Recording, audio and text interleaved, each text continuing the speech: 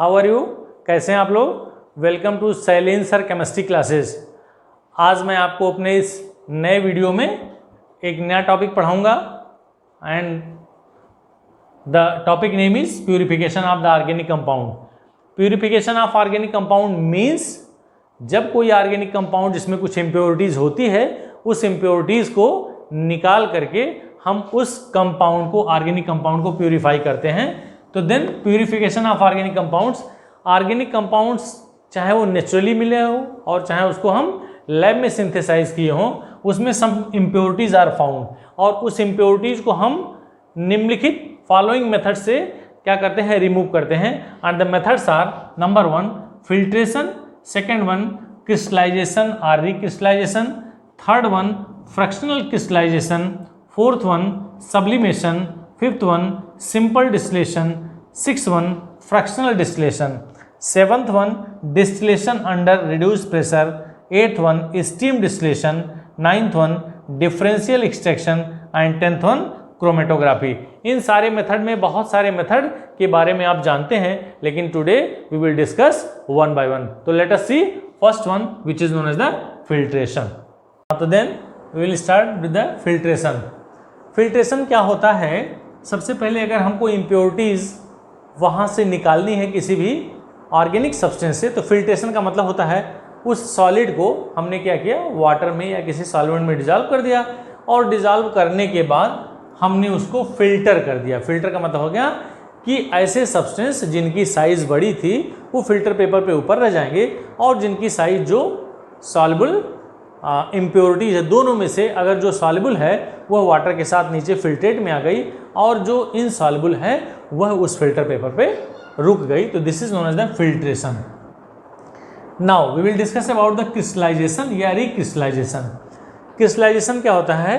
Crystallisation का मतलब होता है first we have to make the concentrated solution of that organic compound. हम उस ऑर्गेनिक कंपाउंड का क्या बनाएंगे, कंसंट्रेटेड सॉल्यूशन बनाएंगे और कंसंट्रेटेड सॉल्यूशन बनाने में हमने ये देखा कि जो इम्प्योरिटी है वो इम्प्योरिटी 100% डिज़ोल्व नहीं हो रही है, किसमें, उस सॉल्वेंट में। तो उस सॉल्वेंट को हम क्या करेंगे, उस सॉल्यूशन को हम हीट करेंगे। हीट करने के बाद almost impurities are going to be dissolve into the given solvent. उस सॉल्वेंट में जब डिज़ोल्व हो गया फिर हमने उसको let it cool for few minutes. जब वो कंसंट्रेटेड सॉल्यूशन बन गया फिर हम उसको ठंडा करेंगे और ठंडा करने के बाद फिल्टर पेपर से छानेंगे। फिल्टर पेपर से छानने थोड़ी देर बाद जब छानेंगे तो उस फिल्टर पेपर पे क्रिस्टल्स, जो ओरिजिनल ऑर्गेनिक कंपाउंड होगा वो फिल्टर पेपर पे दैट विल रिमेन सेम, और जो फिल्ट्रेट होगा जिसमें इम्प्योरिटीज होगी वो फिल्टर पेपर के नीचे आ जाएगा और फिर हम वो जो फिल्टर पेपर के ऊपर क्रिस्टल्स मिलेंगे that is known as the crystallisation या recrystallization. Let us see fractional crystallisation.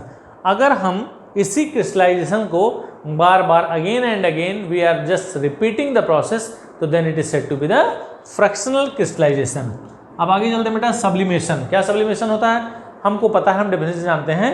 If a solid is converting into the vapour state after heating without changing into the liquid state, तो then this process is known as the sublimation and the substance is known as the sublimable substance. जैसे camphor आपने ले लिया, camphor को जब आप heat करेंगे, camphor is found into the solid state. जब कैम्फर को हम हीट करेंगे तो without changing into the liquid state it will convert into the vapour state, तो इसी को हम सब्लिमेशन कहते हैं। इन हो गया, एंथ्रासीन हो गया, नेफ्थलीन हो गया, कैम्फर हो गया, इसमें कोई इम्प्योरिटीज पाई गई तो उसको हम हीट कर देंगे, तो हीट करने पे sublimable substance is directly converted into the vapours और उस वेपर को हम ठंडा करके प्योर ऑर्गेनिक कंपाउंड को हम प्राप्त कर लेंगे। This is known as the sublimation. अब आगे चलते हैं बेटा, सिंपल डिस्टिलेशन। सिंपल डिस्टिलेशन का मतलब होता है पहले हम किसी सॉलिड इम्प्योरिटीज़ को एक राउंड बॉटम फ्लास्क में ले लेंगे और राउंड बॉटम फ्लास्क में लेने के बाद हम उसको हीट करेंगे।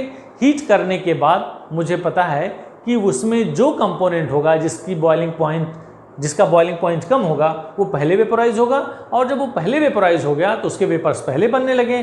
जब वेपर्स पहले बनने लगे तो उसको कंडेंसर के थ्रू पास करेंगे, तो vapours will be converted into the liquid which can be collected into the another receiver. उसको अलग रिसीवर में हम कलेक्ट कर लेंगे।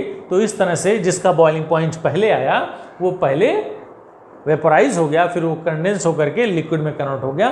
तो this method is known as the simple distillation. आगे चलते हैं फ्रैक्शनल डिस्टिलेशन।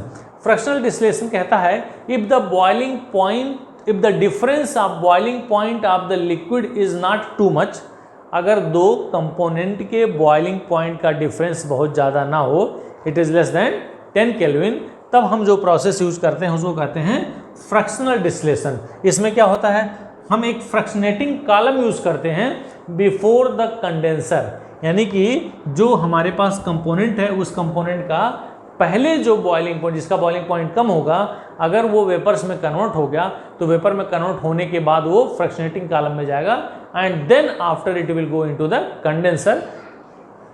तो इसको हम कहते हैं fractionating column. Now let us see distillation under reduced pressure. मतलब यहाँ डिस्टिलेशन करेंगे when the pressure is going to be reduced. इसमें क्या करेंगे, क्रूड ऑयल। क्रूड ऑयल का मतलब होता है जिसे हम कहते हैं पेट्रोलियम। ओके, तो पेट्रोलियम से हम तमाम कंपोनेंट निकालेंगे, वैक्स निकालेंगे, पेट्रोल निकालेंगे, डीजल निकालेंगे।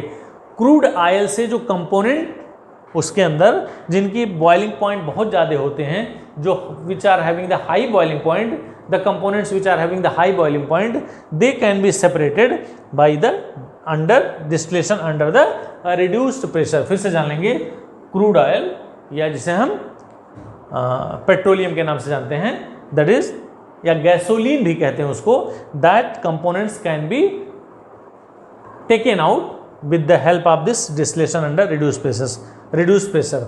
अब अगला चलते बेटा, steam distillation. What is steam distillation? It is based on the, that is the steam volatile liquid should be there and that liquid should be the immiscible with the water. तो अगर वो immiscible है water के साथ तो then we can use the steam distillation. अब हम बात करते हैं डिफरेंशियल एक्सट्रैक्शंस।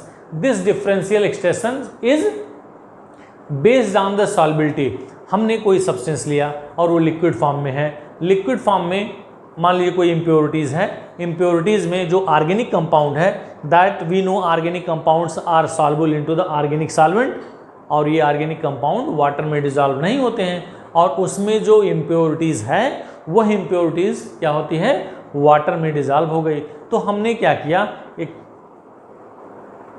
सब्सटेंस ले लिया और उस सब्सटेंस में इम्प्योरिटीज़ है एंड उसमें हमने कोई ऑर्गेनिक सॉल्वेंट मिला दिया, ऑर्गेनिक का, तो इसको सेपरेटिंग फनल से हम इसका सेपरेशन कर सकते हैं। तो सेपरेटिंग फनल में सबसे पहले हमने क्या ले लिया, वो सब्सटेंस ले लिया जिसका हमको सेपरेशन करना है, और उसके बाद उसमें हमने एक ऑर्गेनिक सॉल्वेंट मिला करके मिक्स कर दिया।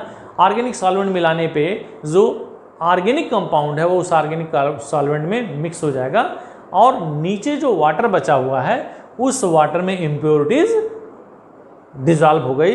तो we will get two types of the layer. ऐसे दो लेयर मिलेंगी, उन दोनों लेयर्स में जिनकी डेंसिटी ज़्यादा होगी वो नीचे बैठेंगी और जिनकी डेंसिटी कम होगी वो ऊपर हो जाएगा।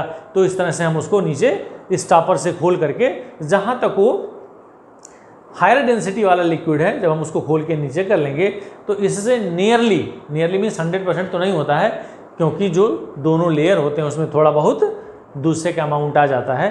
तो separating with the separation of the liquid, separation of the substances by the separating funnel is known as the differential extractions.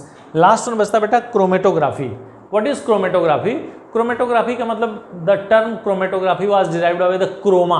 Croma मतलब होता है कलर्ड। सबसे पहले इसका यूज कलर्ड सब्सटेंस को निकालने के लिए, यानी किसी भी सब्सटेंस से जो कलर्ड कॉन्स्टिट्यूएंट्स पार्टिकल थे उनके सेपरेशंस के लिए यूज किया। तो therefore it is known as the chromatography. Chromatography का यूज आज हम बहुत ज़्यादा फील्ड में, जैसे मान लिया आप लेबोरेटरी में देख लीजिए या पैथोलॉजी में देख लीजिए और सॉइल एक्सट्रैक्शंस में कर लीजिए, many more fields are there, drugs field में देख लीजिए, यहाँ क्रोमेटोग्राफी का यूज होता है। This chromatography can be divided into two part. One is known as adsorptions and दूसरा होता है पार्टीशन। एडजॉर्शंस का मतलब होता है it is based on the adsorbing the substances. Adsorptions is the surface phenomena we are knowing. तो adsorptions का मतलब होता है कि जब किसी भी सब्सटेंस में या किसी भी लिक्विड में whatever is going to adsorb some other. Adsorptions का मतलब होता है when a thin layer of solid, liquid or gas is formed on the surface of solid या liquid, तो then it is known as the adsorption, which is the surface phenomena. तो it is based on the adsorptions. This adsorptions chromatography can be again या can be further classified into two types. One is the thin layer chromatography and the second one is the column chromatography. Okay, and the second one is the partition chromatography, means paper chromatography. So therefore we can say that is these are the main methods of the purifications of the organic compound. तो इस तरह से हम compounds का purification कर लेंगे अलग अलग प्रोसेस से. It is depending on the nature of the organic compounds and the impurities which are present into the organic compound. उस ऑर्गेनिक कंपाउंड में जो इम्प्योरिटीज़ है उसका नेचर क्या है, उस नेचर के बेस पे हम उसका प्योरिफिकेशन कर सकते हैं. अब हम आगे पढ़ेंगे detection of the different elements whatever is present into the organic compound. Thank you so much. तो that detections I will tell you, I will explain in the next video. Thank you so much for watching.